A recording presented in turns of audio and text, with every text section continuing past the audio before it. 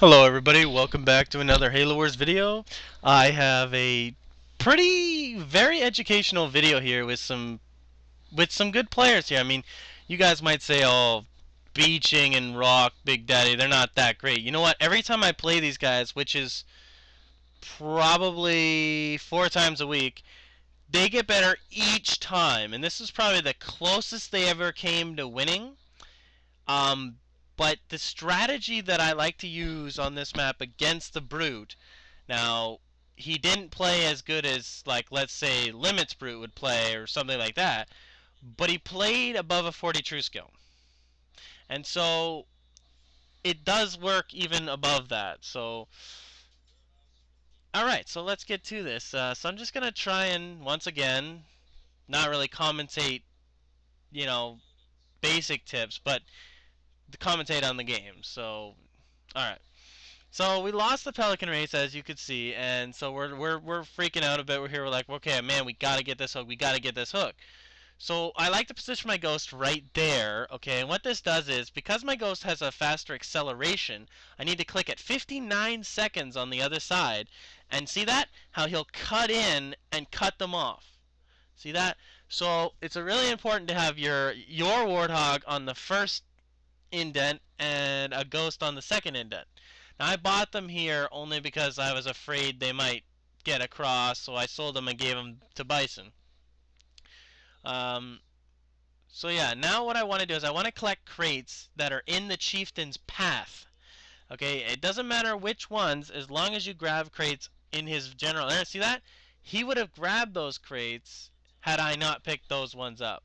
Like he definitely would have. And as it is, like, because I didn't rage run to those supplies, I mean, he ends up getting these crates next to my base, which kind of pissed me off, because I like to get those with my ghost or my leader.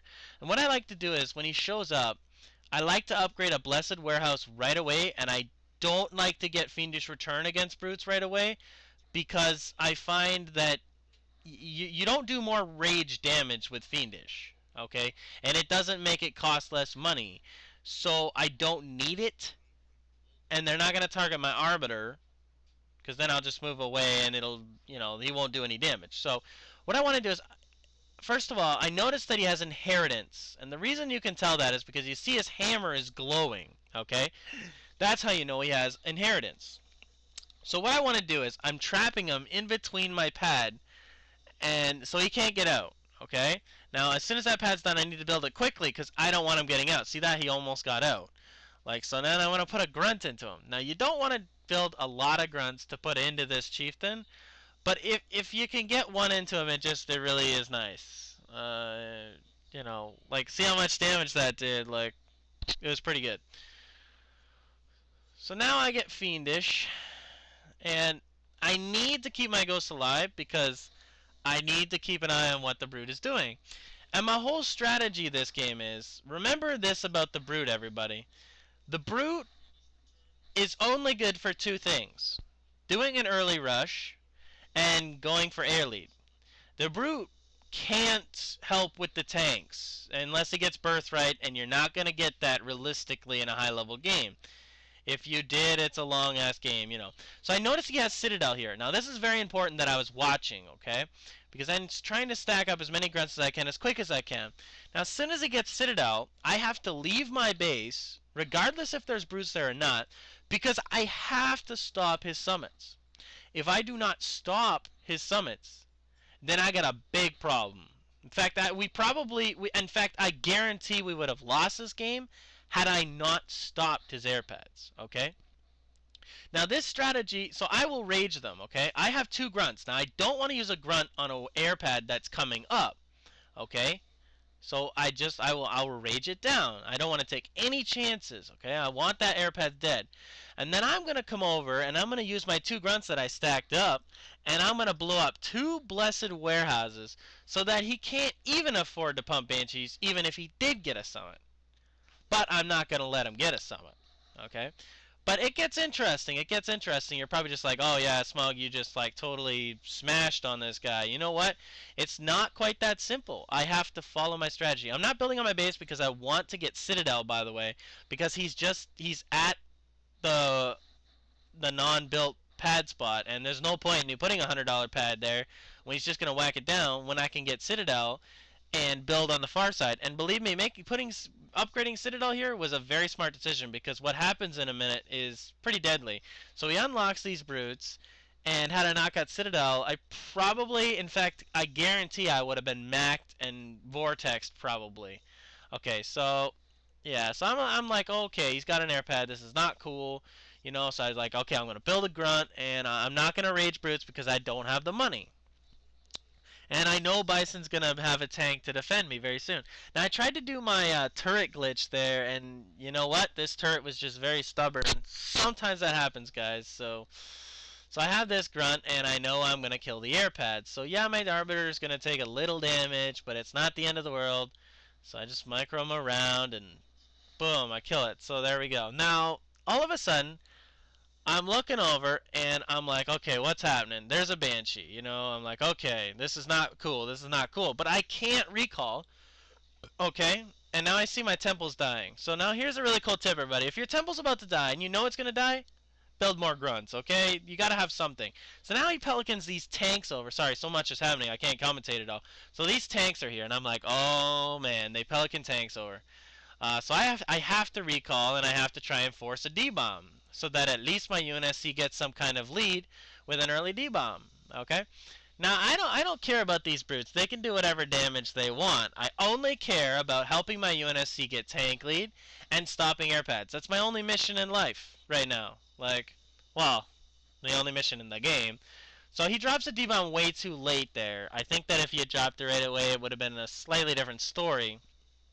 So now I need to get my Arbiter out. I need to get him out because I need to get my Arbiter up to the base to get the 2 Suicide Grunts that I have built out at his base, because I know he's got air pads again. If I don't stop his air pads, he's going to have air. And we do not want air. Because once the chieftain gets air on this map, pretty much screwed. I mean, pretty much. So what I need to do is, I'm on a rage run any minute now. Boom. And you want a rage run, okay, people?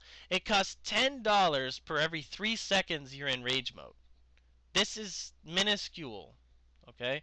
Like 1, 2, 3. I mean, look at the distance I covered and how fast I did. For 10 bucks, I'm going to do it every time. So what I need to do is, I've saved up a bit of money here. I'm going to rage this damn brute because it's just really annoying. And then I'm going to rage this summit down because, believe it or not, I spent 280 to kill that summit. That's worth it to me. Now I unlock my grunts, and I need to kill this air pad. And what our whole goal is this game is, if you keep the air pads down on a brute space, he can't do anything. Okay, he's got nothing else. Because when JP pushes up with the tanks, which he's gonna do right now, because we defended their attack, now we will be able to keep his air pads down permanently. And with the advantage of having an Arbiter being able to rage tanks, and he's got more tanks with Canny now, and they've lost tank lead and they don't have air, guess what? We've now put ourselves in a 2v1 situation where Brute can't do anything because he doesn't have an air pad. The tanks are about to stop his air pad, and I'm going to be able to rage tanks. Now, I'm going to get a heal here, and of course, my economy is a little bit shattered, but I don't need air at this point. All I need to do is have my Arbiter to support my tanks for the push. Now, I just wanted to say, guys, like, coming near the end of the video here, and I'd like to say thank you, guys. You know, I have 85 subscribers now, and, you know, I'm also getting a lot of good comments and all that kind of stuff, guys. You guys have been really awesome. I am planning a really awesome 100 subscriber video. I'm working really hard on it right now. Still saying I don't really improve on that. Sorry, guys. So yeah, not much to commentate on the game right now because really he's just trying to fight on and there's no point because I can just rage everything because there's no more D-bomb. And Bison's got a commanding tank lead now because of that push. I don't think they should have pushed. I think they should have stayed back and Brute should have used Brutes earlier. Like, and you know, maybe put up a front turret earlier when he saw me leaving, something like that, and he would have got an air pad maybe. Or UNSC should have gave him one of his pads on his hook to give him an air pad, and I do think that if they had done those things that they would have either been a crazy game or I think they would have won. That's my opinion. I believe they would have if they had done that. So, thank you very much, guys, for watching this video. Please leave a like, comment, rate, subscribe, and let me know what you guys want to see next. I mean, I'm not getting much feedback, guys, and you know what? I base my videos off feedback. So, anyways, take care, guys. Have a great day. Smug Big Bird says goodbye.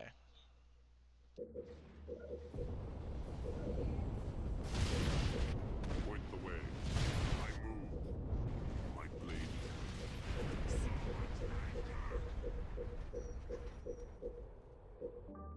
Warehouse upgraded. What now? Warehouse upgraded. Your team is victorious.